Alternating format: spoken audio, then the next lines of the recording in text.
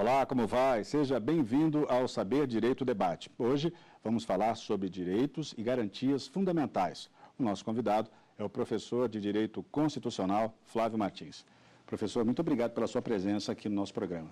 Muito obrigado, eu que agradeço. É uma honra muito grande ser entrevistado aqui por você. Comece, professor. A gente agradece a sua presença e pergunta aquela clássica, né, para os nossos convidados aqui, o que é que levou o senhor para o direito, o que é que o inspirou? Foi alguém da família, foi um filme? Revela o segredo para a gente aí. Não, eu revelo. Eu me formei há pouco mais de 20 anos no interior do estado de São Paulo. E eu sou de uma família muito pobre do interior de São Paulo. Na verdade, o único parente que se destacou na minha família profissionalmente foi um saudoso e falecido tio, que mais pobre do que a minha geração, era a geração dele, não é? E ele conseguiu um sucesso profissional tremendo na nossa família graças aos estudos, e os estudos do direito. Então ele chegou a ser promotor de justiça, professor de direito, e de fato aquilo serviu para mim como um espelho, serviu aqui como um objetivo. Eu percebi logo cedo que de uma família muito pobre, a única maneira que eu tinha de vencer profissionalmente seria por meio dos estudos, né? E fiz o meu melhor, escolhi o curso de direito, né? Sempre quis fazer o curso de direito por conta desse espelho familiar que eu lhe disse, e fiz o meu melhor que pude durante a faculdade, trabalhando e estudando ao mesmo tempo, e me dediquei ali ao curso de direito. Mas seguramente eu devo muito a esse meu saudoso e falecido tio, que mostrou que pelo seu esforço pessoal e que mostrou que através dos estudos a gente consegue ultrapassar qualquer tipo de obstáculo e alcançar os nossos objetivos. Essa referência, evidentemente, foi importante, mas o seu período na faculdade também foi decisivo até para consolidar essa escolha, né? A sua relação com os professores e o que eles diziam também ajudou muito nisso? Seguramente, eu tive professores que hoje são meus amigos. Eu tive uma felicidade imensa que assim que eu me formei na instituição, eu fui logo no ano seguinte contratado para ser professor do curso. 5 anos depois, eu fui contratado para ser coordenador do curso. Então, eu tenho na minha história uma marca que realmente me enche de orgulho. Quer dizer, eu fui coordenador do curso de Direito no qual eu me formei. E eu devo demais isso aos meus professores, os brilhantes professores e amigos que foram um espelho para que eu utilizasse na minha profissão. Hoje, eu me considero, mais do que advogado que sou, eu me considero professor de Direito. Quando eu chego, por exemplo, num hotel, antigamente era um dilema, hoje não mais, e me perguntam qual sua profissão, hoje eu não titubeio em responder que a minha profissão é professor. Eu sou professor, amo fazer isso, e eu devo muito realmente aos profissionais, aos professores que lecionaram para mim na faculdade. Foram um exemplo, foram espelhos, foram amigos. Isso já foi de forma imediata, assim, uma vez concluído o curso, imediatamente já foi da aula, passou um tempo no escritório, chegou a advogar? Como é que foi? No meu caso, foi imediato mesmo. Durante a faculdade, eu já em grupos de estudo, então, portanto, eu e meus amigos reunidos aos fins de semana, nós ensinávamos uns aos outros. E a cada fim de semana eu tinha mais prazer em ensinar os colegas. Então, portanto, assim eu fui monitor do curso, portanto, ensinava os alunos mais jovens, e eu fui pegando um prazer muito grande por aquilo e decidi, quer saber de uma coisa? Eu quero lecionar direito. Posso trilhar outra carreira, ou na advocacia, ou no concurso público, não foi o caso, mas eu sabia que lecionar era algo que me acompanharia também. Eu só não sabia que ia acompanhar tanto, eu só não sabia que eu ia lecionar tanto, acabei me tornando exclusivamente professor. Mas seguramente foi desde a faculdade que eu percebi, então, que eu queria muito fazer isso, que eu queria lecionar como sendo uma vocação, a minha profissão profissional principal. Hoje, como é a sua rotina? E nesse convívio com os alunos, eu queria que o senhor também contasse para a gente quais têm sido as principais angústias dos estudantes. Veja, o curso de Direito é hoje, se não o maior, um dos maiores cursos do país, né? Os cursos de graduação. Rivaliza com a administração, né? Administração e Direito são os cursos com maior alunos. E por isso, nem sempre a qualidade do curso consegue ser elevada. Então, o aluno, muitas vezes, ele se forma no curso de Direito sem ter uma base necessária para exercer a profissão. Então, essa realmente é uma dificuldade que eu encontro, eu que leciono em pós-graduação ou cursos preparatórios para concursos. Eu vejo, portanto, o aluno se formando sem ter aquela base sólida que vai ajudar muito a construir a sua carreira. Então, ele tem que correr atrás dessa capacitação, correr atrás de um aperfeiçoamento da linguagem, um aperfeiçoamento da própria disciplina. E isso se deve muito aos problemas brasileiros, de maneira geral, com relação à educação. Isso resvala em todos os cursos superiores, não seria diferente no curso de Direito. Mas eu imagino que, apesar de quaisquer obstáculos, o estudante é capaz de ultrapassar esses obstáculos todos com a dedicação que ele precisa ter. Eu falava também sobre a sua rotina, como é? Bem, a minha rotina. Hoje eu sou, portanto, como eu lhe disse, exclusivamente professor. Então, eu divido a minha semana em aulas regulares, em pós-graduação de Direito Constitucional, que eu coordeno, e aulas em cursos preparatórios para concurso, e a outra metade da semana eu costumo viajar o Brasil, ministrando palestras de Direito Constitucional e apresentando a minha obra de Direito Constitucional, que além de professor eu também escrevo, e tenho uma obra que é a minha obra especial, digamos, é o meu filho mais novo, e eu viajo todo o Brasil, são mais de 50 palestras por ano, apresentando essa obra. Então, me divido em aulas regulares e palestras. Qual é o perfil necessário para ser um bom professor e, a partir daí, dessa evolução como professor, desse aprendizado, também passar a ser um autor, passar também a ser uma fonte de referência na área? Bem, existem algumas frases que me movem. Eu sou uma pessoa que acredita muito no poder de algumas frases, e há uma frase que eu vi pela primeira vez em minha vida há 20 anos, em Lisboa, está no túmulo de Fernando Pessoa. É um poema dele, um trecho. Diz: "Sê todo em cada coisa, põe quanto és no mínimo que fazes." E essa frase, eu diria que é uma frase que me move. É a frase que move o meu dia a dia. Então eu digo que, para ser um bom profissional, para ser um bom professor, você tem que ser intenso. Você tem que fazer o seu melhor, se dedicar ao máximo. Eu me lembro até hoje da primeira aula que eu dei. Foi na Faculdade de Direito, no ano em que eu me formei. Logo após me formar, eu comecei a lecionar. Foi a aula que eu mais preparei em minha vida. Preparei aquela aula com base em pelo menos 20 livros, porque eu sabia que para fazer o meu melhor eu tinha que dar o meu máximo. Então, para ser um bom professor, então, primeiro, tem que ter várias qualidades. Essa é a primeira, fazer o melhor, estudar ao máximo, né? E fazer o melhor tanto na preparação da aula, como no ato de ministrar. E tentar fazer com amor, não é? Existem muitas pessoas que escolhem a profissão por conta da remuneração. A remuneração é uma consequência. Temos que tentar escolher a profissão para fazê-la com amor, com devoção. Vamos ao nosso primeiro intervalo, professor? Ok. É isso, Saber Direito Debate volta daqui a pouquinho, não saia daí.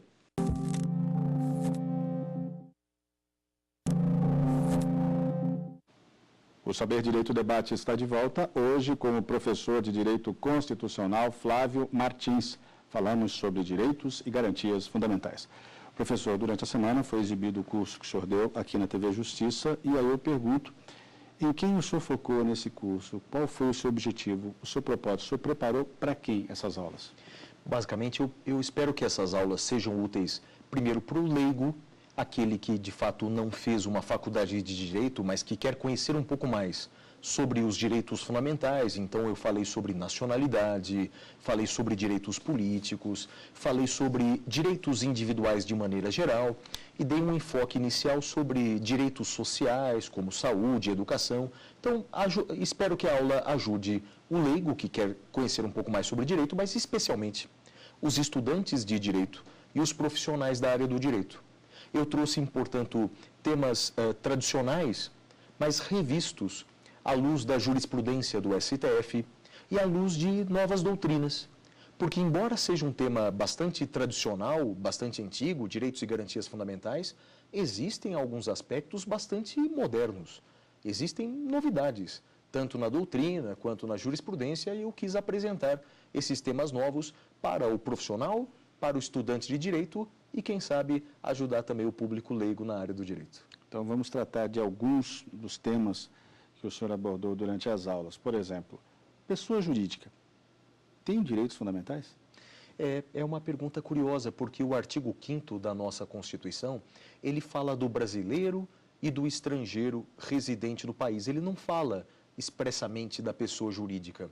Todavia, com o passar do tempo, percebeu-se que a pessoa jurídica também é titular de alguns direitos fundamentais, não todos, porque alguns direitos são incompatíveis com a natureza da pessoa jurídica. Por exemplo, pessoa jurídica não tem direito à honra subjetiva, ela não pensa nada de si própria, pessoa jurídica não pensa. Outra coisa, a pessoa jurídica não tem liberdade de locomoção, ela não sai do lugar. Esses direitos são exclusivos da pessoa humana, mas existem alguns direitos que são também da pessoa jurídica. E durante a aula eu dei um exemplo. O nome empresarial é um direito que está no artigo 5º da Constituição e é um direito exclusivo da pessoa jurídica. Então, além da pessoa humana, que é a principal titular de direitos fundamentais, a pessoa jurídica também é titular de alguns direitos fundamentais. Agora, uma questão controversa por motivos filosóficos, religiosos, em relação ao embrião, né? A partir de quando, de que momento o direito protege a vida? Esse é um tema também bastante polêmico, mas que nós encontramos no direito brasileiro uma solução normativa. A Constituição de 88, ela não define o momento, o início da proteção da vida. A Constituição de 88, ela só diz direito à vida, não diz a partir de que momento. Todavia, o Pacto de São José da Costa Rica, importante, a Convenção Americana de Direitos Humanos, expressamente determina que a vida deve ser protegida desde a concepção. Então, portanto, veja, o direito ele é composto por um conjunto de normas, não é só a Constituição. Se nós combinarmos a nossa Constituição com o Pacto de São José da Costa Rica, já podemos dizer que no Brasil a vida já é protegida desde a concepção. A partir da concepção, a vida é protegida. Recentemente, houve uma movimentação no Congresso Nacional em que tentaram fazer uma proposta de emenda constitucional para tutelar a vida desde a concepção. Foi até uma PEC, uma proposta de emenda bastante polêmica, não é? No nosso entender, nem seria necessária essa PEC. O direito brasileiro já tutela a vida a partir da concepção. Todavia, nenhum direito é absoluto. Então, a vida ela é protegida desde a concepção. Pergunta. Nenhum direito é absoluto, não é? Porque, veja, existem hipóteses em que a vida pode ser elidida, a vida pode ser terminada. É o caso do aborto, por exemplo. Hoje, no Brasil, a lei brasileira já permite duas situações de aborto. É o aborto quando causa risco para a vida da gestante ou quando a gravidez é decorrente de estupro, né? Então, portanto, a vida ela é protegida desde a concepção, mas ela não é um direito absoluto. Cabe à lei, ou cabe à jurisprudência, em alguns casos excepcionais, limitar esse direito. Crucifixo em repartição pública, isso fere ou não o Estado laico? É difícil responder essa pergunta rapidamente, eu vou ser conciso.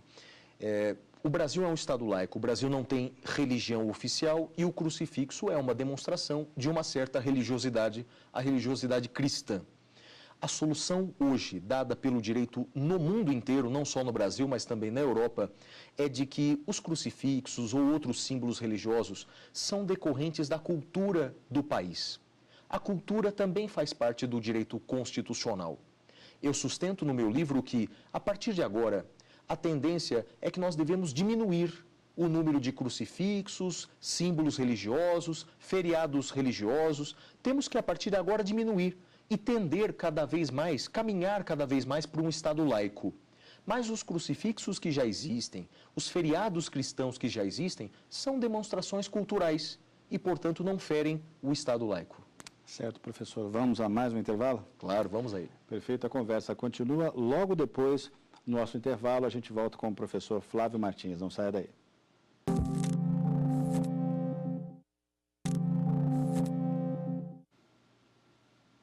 Estamos de volta com o Saber Direito Debate, que hoje recebe o professor de Direito Constitucional Flávio Martins e o nosso assunto, Direitos e Garantias Fundamentais. Agora, os livros trazidos pelo nosso convidado, e o primeiro é A Efetividade dos Direitos Sociais no Brasil, um trabalho coordenado por Isabela Cristina da Mota Bofarini. Professor, o que é que pode se falar a respeito desse livro? Bem, esse é um dos temas mais polêmicos no direito brasileiro e mundial, não é? A eficácia dos direitos sociais. Por exemplo, qual a eficácia do direito à saúde? Eficácia do direito à educação? Eu posso exigir do Estado um medicamento? Eu posso exigir do Estado, quem sabe, um emprego ou uma matrícula num curso superior? Quer dizer, essas discussões são abordadas nesse livro. O livro é escrito por cerca de 10 autores. Na verdade, são 10 amigos. Eu escrevi um capítulo dessa obra e cada capítulo trata de um direito social. Um capítulo reservado ao trabalho, um capítulo à saúde e à educação. Nesse livro, eu escrevi sobre o direito ao trabalho, né? Então, qual a eficácia desses artigos constitucionais que definem o trabalho como sendo um direito fundamental? Mas há outros artigos brilhantes aí. Tem até uma questão que é bem atual, né? Homem ou mulher, desde quando? Nossa, esse é um tema importantíssimo, não é? Que diz respeito à dignidade da pessoa humana. Não é? Então, portanto, veja, existe uma discussão enorme com relação aos transgêneros, mas se nós examinarmos a jurisprudência do Supremo, não é? Embora não tenha diretamente se referido a isso, podemos dizer que existem alguns direitos fundamentais, alguns expressos, outros não, que solucionam essa questão. Um dos direitos fundamentais hoje modernos é a chamada busca da felicidade. A busca da felicidade, que está prevista em algumas constituições, não expressamente na brasileira, mas é um princípio constitucional que decorre da dignidade da pessoa humana e a pessoa tem o direito de buscar a felicidade. Se ela se reconhece num outro sexo que não aquela do seu registro, não pode o Estado tirar dela o direito de tentar ser feliz. Não há como garantir que isso vai lhe dar felicidade. Felicidade é algo muito subjetivo. Há milionários depressivos, há pessoas miseráveis com um certo grau de felicidade. A felicidade não é garantida, mas não pode o Estado tirar da pessoa a tentativa de ser feliz. E creio que essa é uma saída para resolver essa sua questão. Bom raciocínio, professor. Olha só, a gente também tem aqui Teses, que é um livro de uma autora portuguesa, né? Você está me dizendo, Catarina Santos Botelho, Os Direitos Sociais em Tempos de Crise. O que é que a gente pode falar sobre esse trabalho aqui? Esse é um dos livros mais geniais que eu conheço sobre a questão. Um dos livros mais avançados quando o assunto é direitos sociais. A professora Catarina Botelho é hoje uma das mais importantes constitucionalistas portuguesas. Ela é professora da cidade do Porto, no norte de Portugal. E nesse livro, que foi orientado pelo professor Jorge Miranda, um famoso constitucionalista português, ela trata de temas importantíssimos que no Brasil são novidade, mas que Portugal já passou por uma realidade. Qual é? Qual a eficácia dos direitos sociais em tempo de crise econômica? Quando não se tem dinheiro para construir novos hospitais, contratar novos funcionários, contratar novos policiais, qual a interferência dessa crise econômica nos direitos sociais? E até que ponto existe um princípio chamado proibição do retrocesso? No Brasil se fala muito desse princípio e a professora Catarina Botelho, ela dá um enfoque diferente a esse princípio. Então eu recomendo a leitura desse livro para todos os operadores do direito. Advogados, juízes e promotores precisam conhecer, portanto, de forma mais aprofundada, temas como esse que fazem parte hoje da realidade brasileira, do passado português, mas da realidade brasileira. Muito se falou, quando da promulgação da nossa Constituição, de que ela era moderna, que ela era avançada. O senhor mantém também esse tipo de avaliação, passados todos esses anos, e também depois de conhecer outras cartas, né, de outros países? A Constituição brasileira, ela tinha um propósito. Nós tínhamos saído de uma ditadura militar e aí, portanto, precisávamos implantar uma democracia e uma democracia que tutelasse direitos. Ela cumpriu esse seu papel, mas houve alguns exageros. A Constituição fez uma série de promessas que até hoje não foram cumpridas. E esse é um problema no direito constitucional. Quando você faz muitas promessas e não as cumpre, o povo começa a desacreditar do texto constitucional. Houve até uma música dos anos 80 de um grupo famoso de Brasília que dizia: ninguém respeita a Constituição, mas todos acreditam no futuro da nação. Isso é um pouco do descrédito que se tem na Constituição brasileira por conta dessas promessas que não foram cumpridas. O senhor também trouxe aqui um livro de autoria própria, junto com Alves Nunes Júnior, Curso de Direito Constitucional. Eu diria que esse é o meu filho mais novo, né? Esse é o meu, não há dúvida. Eu tenho um garoto de 13 anos, mas esse é o meu filho mais novo, tem 1 ano de idade. É o meu curso de Direito Constitucional. Eu sou professor há 20 anos, então resumi nesse livro o resumo da minha matéria. Esse livro é voltado para estudantes de graduação, pós-graduação, profissionais e pessoas que se preparam para concursos públicos. É hoje, na atualidade, o maior manual em número de páginas. É o maior número... Tijolaço mesmo, né, grande. professor? A segunda edição agora tem 2.000 páginas, Nossa. A segunda edição. Mas veja, é que o direito constitucional ele é tão rico e tem tantas novidades, e aí eu me senti na obrigação a cada revisão de atualizar, ampliar, colocar novos temas. O direito dos animais, por exemplo, é um tema importante dentro desse livro, e aí eu enfoco toda a teoria, todos os autores estrangeiros e brasileiros que tratam desse assunto, bem, dentre outros tantos temas. Tenho viajado o Brasil todo divulgando esse meu filho mais novo. O que é que o senhor acrescentou, além dos direitos dos animais? Bem, acrescentei agora, na segunda edição, um tema bastante interessante, que são os direitos da natureza. A natureza, só para dar um exemplo, a natureza como titular de direitos. Na Constituição do Equador, não só o homem é titular de direitos, não só o animal é titular de direitos, mas a natureza, ela é titular de direitos. E é curiosíssimo isso, não é? Leonardo da Vinci, no século XV, ele já fazia uma ligação entre a natureza do ser humano e a natureza e a terra. E começou a perceber muitas semelhanças entre o organismo humano e a terra, como sendo um ser vivo. E, portanto, eu defendo nesse livro que também a próxima etapa, o próximo estágio do direito constitucional brasileiro não é só reconhecer os animais como titular de direitos, mas o planeta Terra, a natureza como titular de direitos. É um tema novo da segunda edição. Professor, eu queria agradecer pelo seu tempo e pelos esclarecimentos que o senhor deu nessa conversa aqui. Muito obrigado, uma conversa muito agradável. Essa foi a conversa com o professor de Direito Constitucional Flávio Martins. O Saber Direito Debate fica por aqui, mas você pode rever esta edição na internet. É só acessar tvjustiça.jus.br. Outros programas também estão lá. Se tiver alguma dúvida ou sugestão, o e-mail é saberdireito@stf.jus.br. Muito obrigado pela companhia e até a próxima semana.